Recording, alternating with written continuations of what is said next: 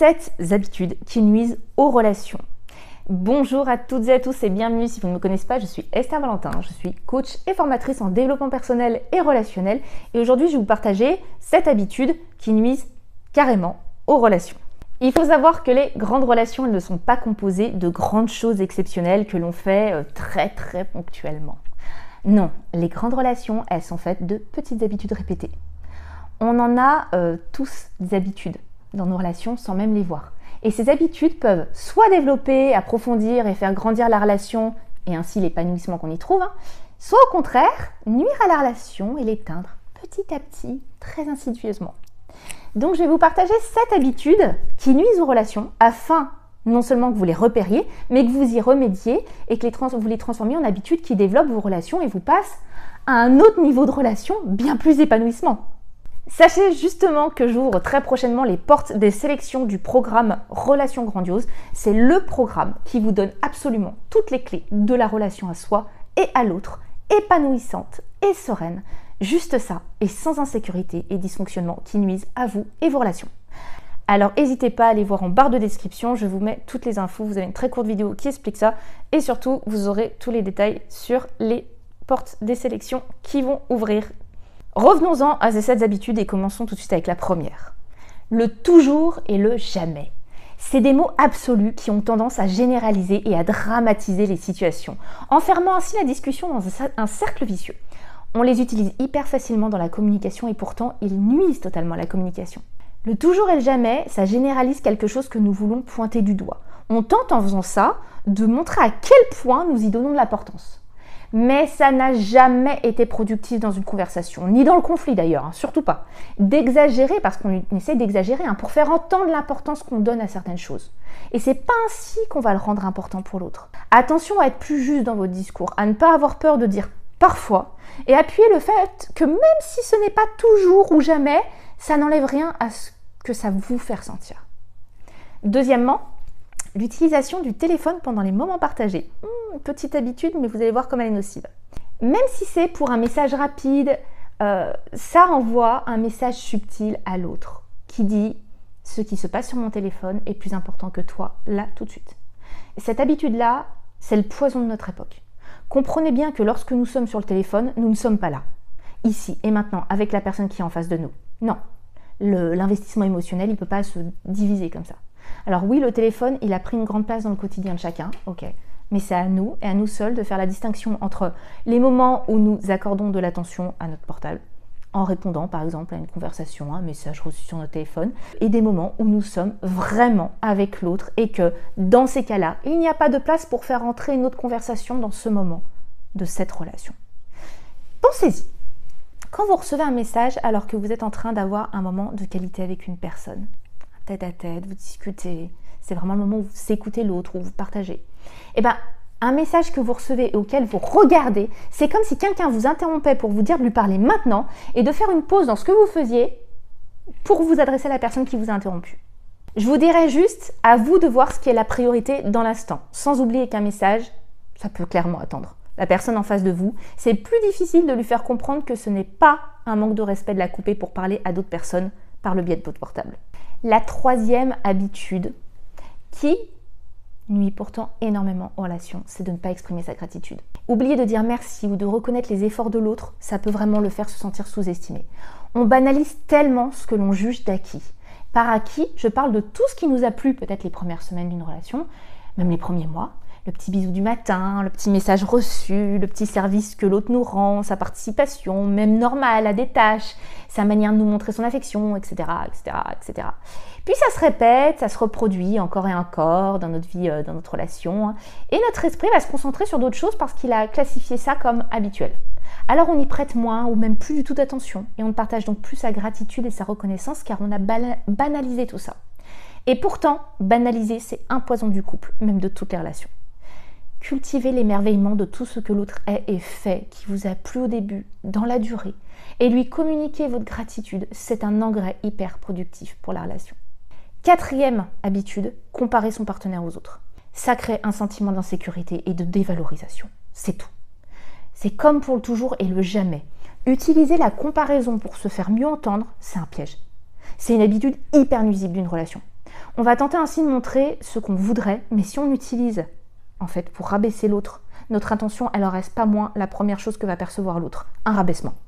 Il n'y a rien de bon à rabaisser l'autre par la comparaison. Il est de notre rôle et de notre pouvoir à apprendre à communiquer différemment plutôt que d'utiliser la comparaison pour faire entendre quelque chose à notre partenaire ou à l'autre pour toute forme de relation. Ne faites jamais à l'autre ce que vous ne voudriez pas qu'on vous fasse. Pensez-y. Est-ce que vous aimeriez que la personne que vous aimez vous compare pour vous faire comprendre quelque chose? Oui, elle fait ça, lui, il fait ça. Ou est-ce que vous préférez que cette personne vous démontre la place unique que vous avez dans sa vie? Sincèrement. On peut vous expliquer qu'on aurait besoin que vous fassiez quelque chose, ou changer quelque chose, développer quelque chose, sans passer par la comparaison.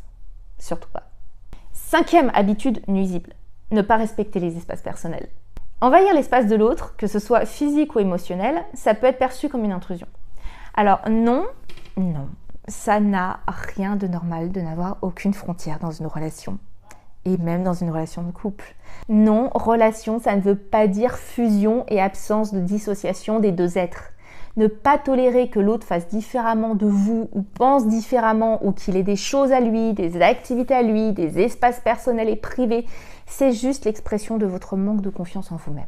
Alors bien sûr, à mettre dans un cadre sain où il n'y a pas de cachotterie où vous trouvez un véritable investissement physique et émotionnel de l'autre pour votre relation. Et si ça c'est respecté, demandez-vous ce que vous tentez de combler en ne voulant pas que l'autre existe en dehors de vous et de votre relation. Et comment vous en êtes venu à mélanger contrôle et amour, qui ne vont absolument pas ensemble. Un petit exercice qui peut vous aider si vous vous reconnaissez dans cette habitude, notez tous les bienfaits qu'une personne libre d'avoir ses espaces, son individualité apporte dans une relation. Je vous montre un exemple. Elle peut me démontrer que c'est une personne de confiance, parce qu'en fait, elle fait ses choix sans que je la contrôle. Qu'elle me choisit moi et la relation avec moi. Alors qu'en fait, vu qu'elle côtoie plein d'autres personnes, c'est un vrai choix qu'elle a d'être avec moi. C'est pas parce que je la contrôle et que je la prive de voir du monde, etc., etc. C'est le genre d'exemple, ok? 6e habitude nuisible, c'est les petites vexations quotidiennes. Les moqueries, les surnoms déplaisants, les remarques désobligeantes, même dites sur le ton de l'humour, c'est blessant. Ça peut blesser en tout cas. On le voit d'ailleurs dès l'enfance, un parent qui donne un petit surnom déplaisant à son enfant, ça va souvent créer de grands complexes. Je vous dirai pas les miens, mais je vous le confirme, ok? Bien ancrer ces complexes à l'âge adulte. L'ironie, ça n'a pas sa place quand elle blesse l'autre, surtout dans une relation qu'on souhaite cultiver. Alors attention à ne pas utiliser le prétexte de l'humour pour faire passer ce qui ne passe pas pour l'autre, ou pour faire passer des messages aussi. Il y a les temps pour rire ensemble, pour chamailler, se moquer avec amour et bienveillance. Il y a des temps pour avoir de l'autodérision. Et tout ça, ça se fait à deux. Il y a aussi des temps pour se dire les choses sérieusement et sincèrement. Mélangez pas tout ça, d'accord? Ne faites pas passer vos reproches, vos frustrations dans ce que vous direz ensuite être de l'humour. Oubliez pas une chose, les mots, ça se rattrape jamais, ça ne s'enlève pas. Quand ils ont été énoncés, on ne les efface plus. Donc à vous de développer une meilleure communication pour que l'humour ne soit pas synonyme de blessure pour l'autre. Et la 7e habitude nuisible à une relation que je voulais vous partager, c'est ne pas tenir compte des centres d'intérêt de l'autre. Et oui, montrer de l'indifférence envers ce qui est important pour l'autre, ça peut créer un sentiment de solitude. Et en plus, ça peut être un super axe de connexion qu'on manque. Donc si quelque chose est important pour l'autre et que cet autre est important pour vous, le calcul semble logique, de s'intéresser un petit peu à ce qui est important pour cette personne, parce que ça la compose. On ne parle pas de se mettre à se passionner ou d'y porter toute notre attention, mais de s'y intéresser en se rappelant que vous vous intéressez à cette personne en faisant ça, et que l'attention et l'intérêt, c'est les sources qui font vivre l'épanouissement dans une relation. Alors lorsque l'on en vient à ne même plus demander à l'autre de nous raconter sa journée ou comment s'est passé ce truc qu'il avait aujourd'hui d'important pour lui, nous-mêmes on ne comprend rien, parce qu'on se dit que ça sert à rien, qu'on a déjà, qu'on avait déjà demandé l'an passé, bref, on a lâché, franchement on a déjà commencé à la négliger cette relation. Pourquoi ces petites choses, elles sont si importantes? Parce qu'elles alimentent un sentiment de négativité au fil du temps. Le secret des couples heureux, c'est des petites habitudes. Quelques petites minutes par jour, un choix plutôt qu'un autre par jour, tous les jours, que l'on investit pour l'autre et la relation.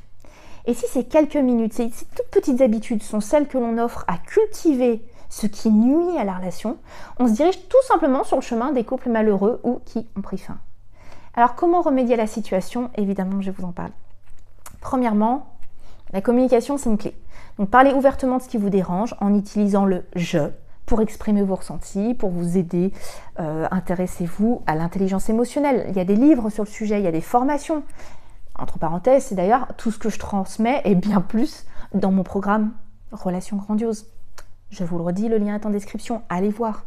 Deuxième chose importante, la bienveillance. Mettez-vous à la place de l'autre et essayez de comprendre son point de vue. Mettez de l'humilité, sortez de votre vous et vous seul 2 secondes pour vous intéresser à comment ça se passe chez l'autre. Vous ne savez pas et vous ne saurez jamais tout de l'autre. De l'humilité aussi sur ce que vous pensez acquis dans votre relation. Apprenez à y regarder comme si c'était un cadeau chaque jour. Même si votre partenaire fait ce petit truc tous les jours depuis X années, c'est un cadeau.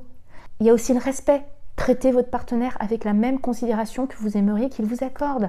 Le respect, c'est bien plus profond que juste bien se parler. C'est regarder l'autre et l'apprécier comme un être totalement différent de vous et de la même valeur et grandeur que vous. Autre clé, les petits gestes du quotidien.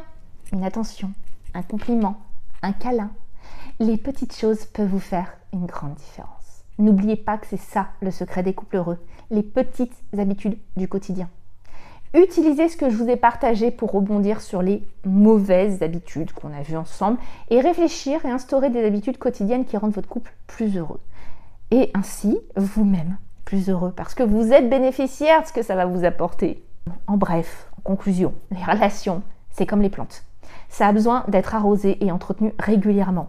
En étant attentif aux petites choses, vous pouvez renforcer vos liens et construire une relation qui est hyper saine et durable et surtout épanouissante.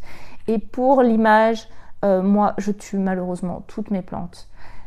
Donc, ce n'est qu'une métaphore, mais ne vous fiez pas à comment vous entretenez vos plantes pour savoir comment vous entretenez vos relations. Vraiment, c'est différent, même si ça s'utilise très bien en comparaison et en métaphore pour ce que je vous partage. Donc, j'espère vraiment que cette vidéo vous a plu. Si c'est le cas, n'hésitez pas à mettre un petit pouce, à mettre un petit commentaire. Ça fait toujours très plaisir et ça fait grandir cette chaîne et ça marque le coup. Et puis, évidemment, vous le savez très bien de mon côté, je ne vous lâche pas parce que je vous retrouve très très vite pour une prochaine vidéo. À très vite. Bye bye.